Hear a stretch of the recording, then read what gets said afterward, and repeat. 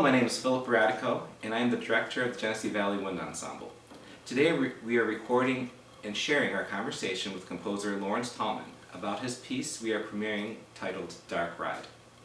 In addition to composing, Laurence is a performer and music educator, and he is retired from music education after 33 years of teaching. He received his bachelor's and master's in music education from the Crane School of Music at SUNY Potsdam, where he studied dance and composition, eventually teaching at the Crane for 6 years in the music education department. He also has a certificate of compositional study from the Birmingham Conservatory of Music in Birmingham, England. An avid composer, Mr. Tallman has written over 200 works for various ensembles and performers of all levels. He and his husband have even performed with our group when we first started the Genesee Valley Wind Ensemble, and it is exciting to have him back with us, but now in the capacity of a composer. As we started our collaboration last spring with this piece, the ideas and inspiration were so intertwined and numerous, how it was written and put together, that I knew that we needed to have a conversation and around this piece to share it with our audience and performers. So this is what brings us here today, and welcome, Laurence, to our interview, our conversation. Yeah, I'm so glad to have this conversation, so thank you. Really appreciate it. All right, so Dark Ride is the name of the piece. Now, I didn't know what that meant. When we were talking, I was in the staff lounge that day. It was the afternoon. It was after a long day of work. And I was like, Dark Ride. I thought it was just a name, but it's more than a name. Yeah, most definitely. So, Dark Ride refers to carnival rides that, not surprisingly, involve using darkness as part of the effect. And I have a love of these dark rides from childhood. So I used to love going to carnivals and fairs and different amusement parks, and my focus was always on the dark ride. The haunted house, the Hall of Mirrors, the fun house, something like that. I love the thrill and the anxiety of not knowing what was going to happen next. And so the piece itself is reflective of my passion for those.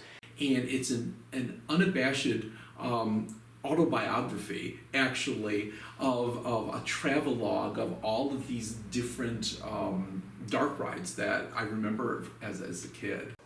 Okay. So, those are my questions, is how much of this is from your life and how much of this is a little bit of imagination? Oh yeah. It's definitely, there's definitely a lot of imagination involved in it, because as a kid, how I perceived the dark rides as well, were much more elaborate. Going back as an adult and experiencing them, where you're like, oh, I guess that wasn't as scary as I thought it was, or whatever that may be. A lot of the inspiration of this piece also came from some journals I kept. So as a kid, I've kept journals from 4th grade all the way up to now. And so I had a teacher that really emphasized this. Okay. So she always said, journal about what your passion is. So in 5th grade, I did this whole journal on all the dark rides of the different carnivals, and I wrote like little reviews of them. And I found this like a couple of years ago, I was digging through the journals, and I found this, and I was laughing at it, hysterically, because I gave it a rating and everything. But I also thought, this brings back so many positive memories. I would love to somehow musically represent this. You said, hey, I'd like you to write a piece. I thought, this is that opportunity. I'm going to bring this back out from my childhood. Yeah, we had the opportunity to listen to the electronic representation of the piece.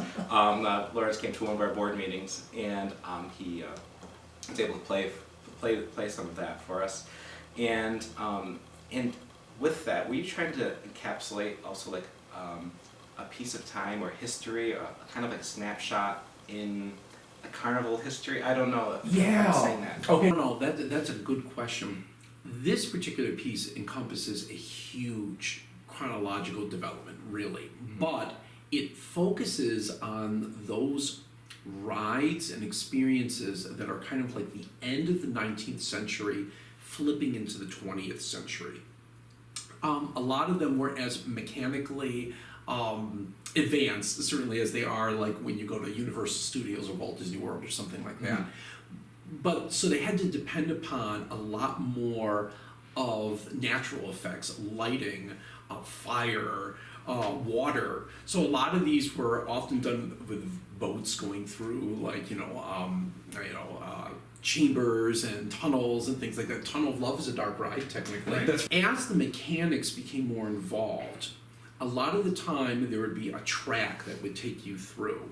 But being early mechanical things, there were certain characteristics about them that you could become very aware of. For example, I remember in some of the early rides, not that I'm that old, but even some of the ones from the like 1970s, you go through on the ride and you can hear like the click of the track, and you can hear things like you will hit like a trigger, and the trigger will make a sound that indicates something's going to happen. You've triggered an animated maybe some sort of character, or it triggers a sound effect or something like that. And as a kid, I figured it out. So I was always like, oh, I heard that sound, something's coming up, right? So then you're looking around waiting for it. So for some that might have taken away from the excitement of it, but for me that was very exciting. So I was doing a lot of reflection of that time period. I'm also a huge Ray Bradbury fan, the author. So there is a definite reference to one of his books, Something Wicked This Way Comes, which takes place during that kind of time, like the 1920s, 1930s, and so there's a reference to that kind of dark carnival. Carnivals were so prolific during that time. I mean, it was an inexpensive form of entertainment, and it was exciting, but there's always a darkness about it. There's always some qualities of the whole carnival culture. Oh, right. That is, mysterious to people, because they come in, they set up, they do their thing, and then they vanish in the night and move on to the next town, kind of thing. So it's there's this very exciting kind of dramatic mystery behind even that culture.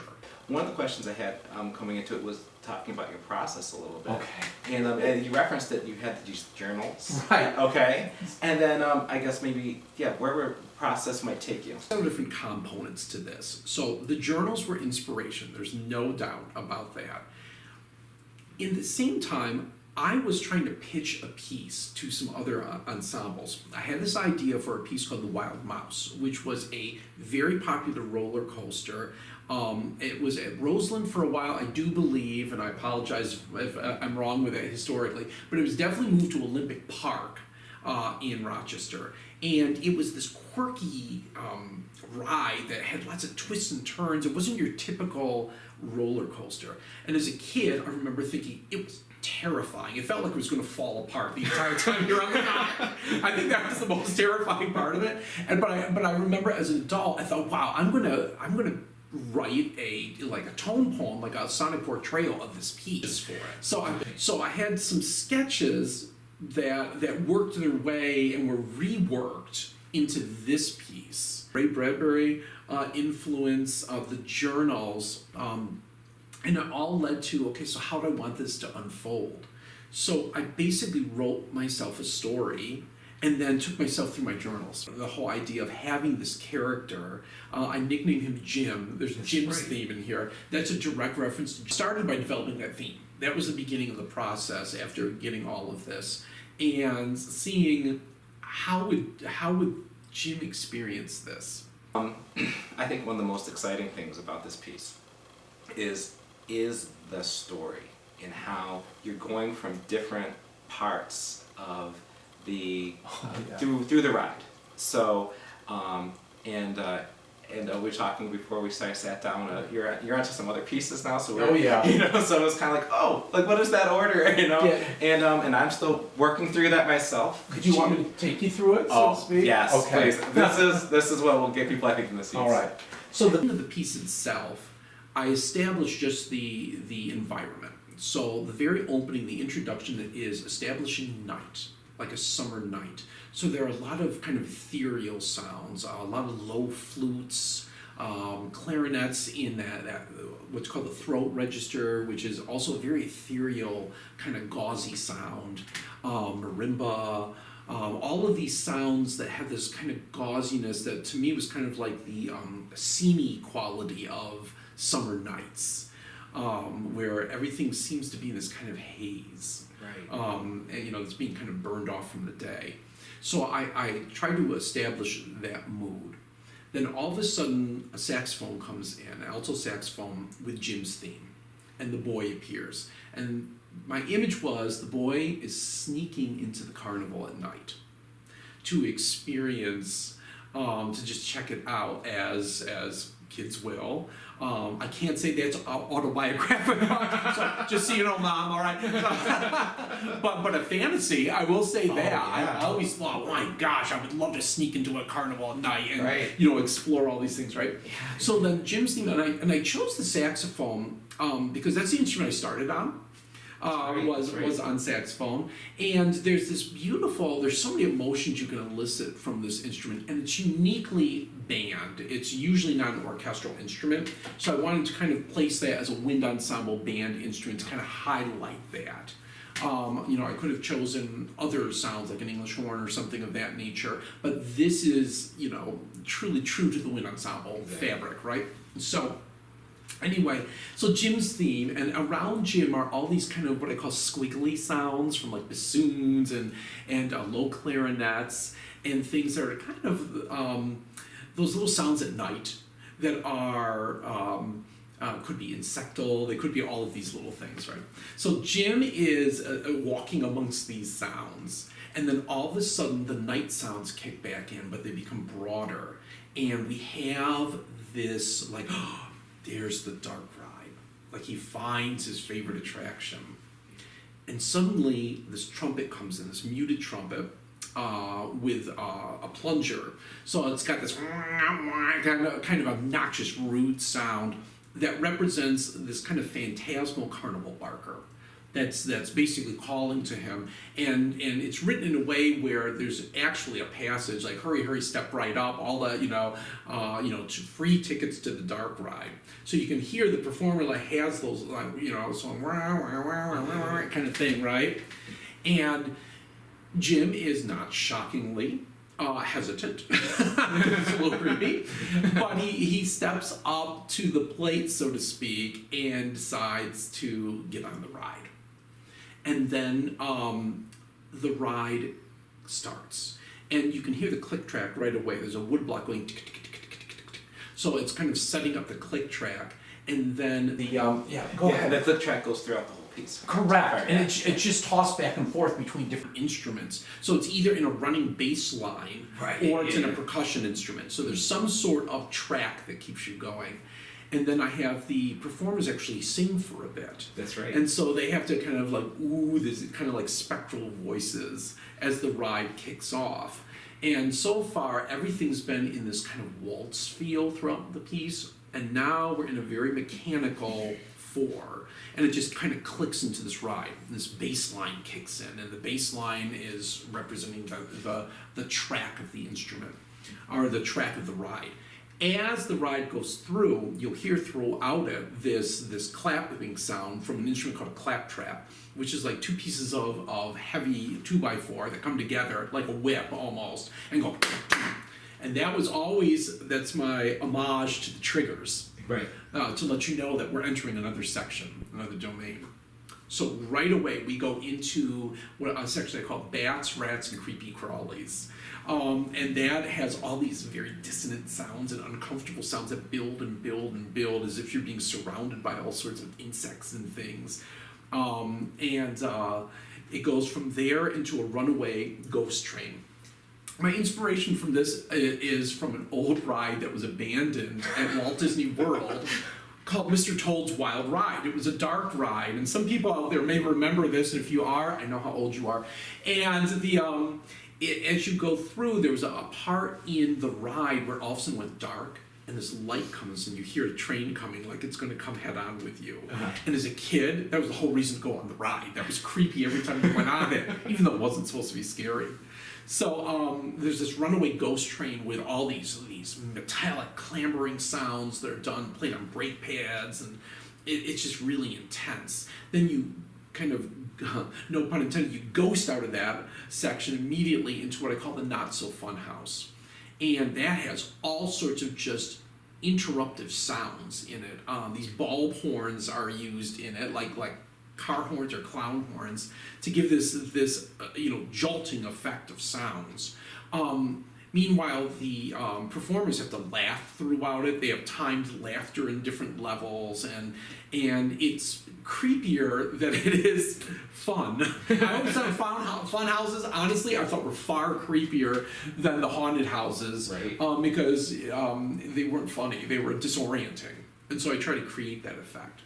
From there, we go to the Mummy's Tomb, and this is about as classic old movie tone painting as it gets. The Mummy was always one of my favorite monsters as a kid in the old movies. I always thought it was super cool and scary, and so these uninhibited stereotypical sounds taken from those movies that are quasi-Egyptian and quasi-Arabian, and Right. and the infamous Cobra theme, the do do do do do do do do, weaves in and out of it as kind of a tongue-in-cheek, commentary there, and you come out of the Mummy's Tomb, and then everything falls apart. In a dark ride, that sounds wrong, right? But in a dark ride, there's always a moment of immersion back into full darkness and a disorienting moment. And they do this on purpose because you've now gone through section to section, and you're getting it's becoming old hat. Like what's the next thing going to be? It's exciting, but it's far more exciting when the lights go out and all of a sudden the ride is like twisting and turning, and you have no idea where you're going. I call mine a tilt-a-whirl in the dark. And those were the parts of the ride where you're like, you're just not sure what's going on. And so the whole orchestra sounds like it's almost falling apart. The meter changes. There's nothing else like it in the piece. It just sounds like you're just spinning around and twisting, like what is going on, and all of a sudden, it stops. And this is typical of a dark ride as well. And then the ride's going slow, and this is where you enter the Hall of Mirrors. And the Hall of Mirrors are all the little sounds are musical palindromes. So it's like, while one instrument is playing a theme up, the other instrument is unfolding from it backwards, like literally the retrograde. It's like looking into a mirror. Right. So like when you back off, the character in the mirror backs off. When you come closer, it comes closer. So everything is literally a sonic reflection. You've got that. So throughout the piece are these sounds that are, again, very floaty, very ethereal, also a reference back to the introduction. But you've got kind of what I call glass-like sounds. So there's wind chimes that are just freely blowing throughout the whole thing. And that is also a direct reference. This is my one direct reference to the Ray Bradbury Something Wicked This Way Comes. There's a Hall of Mirrors. Yeah. In there, and I always thought that was the most riveting part of the book. And of the film version of it. So I tried to reflect that, so to speak. And then as that gets kind of like, mysterious and kind of old hat, then the sounds stop, the ride stops. This is typical in one of those rides. It's called a dark stop, and that is when the ride just stops in the dark, because there's nothing more uncomfortable than that. Because you're like, okay, what's going to happen next? And in the background, I have a piccolo playing very breathily with while snare drum plays kind of a funeral dirge rhythm. The piccolo player is playing this child's chant, which is known as the Lizzie Borden chant. And it's the words were, Lizzie Borden took an axe, gave her mother 40 whacks. When she saw what she had done, she gave her father 41. And so she's playing it very slowly and mysteriously, which it just has that deep discomfort of like something's going to happen. Right. And all I'll say is sure enough, the axe drops. Right. And all of a sudden, sonically, there's an explosion of sound, and the ride takes off again. And this is the end of the ride. Now we're coming into like the grand finale, and this is where I pull all the stops out. And so you're going through a funeral scene. So we've got the stereotypical funeral, classical funeral march, the dun dun dun dun dun dun dun dun dun, while the chimes are hitting the 12 strokes of midnight. You also have shades of A Night on Bald Mountain. There's like rough little references to that in the woodwinds. If you listen carefully in the bass, there's tiny moments of, is that Jaws? Is that maybe for just a moment? Not enough obviously to violate copyright. Always like to say that out there, but to pay homage to those great composers who really embraced all those beautiful dark moments in their films or in their own reflections.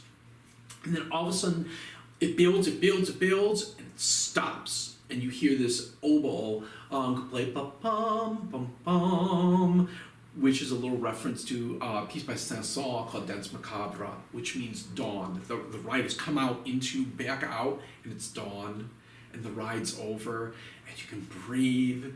And Jim has survived this phantasmal night, and as he's just catching his breath, so to speak, the phantasm barker comes back in the theme from the trumpet, kind of taunting him, saying, this really did happen, basically, come back again. And then Jim takes off. He just runs away, and you can hear the scurrying of sounds and a little play on his own theme, and it's done.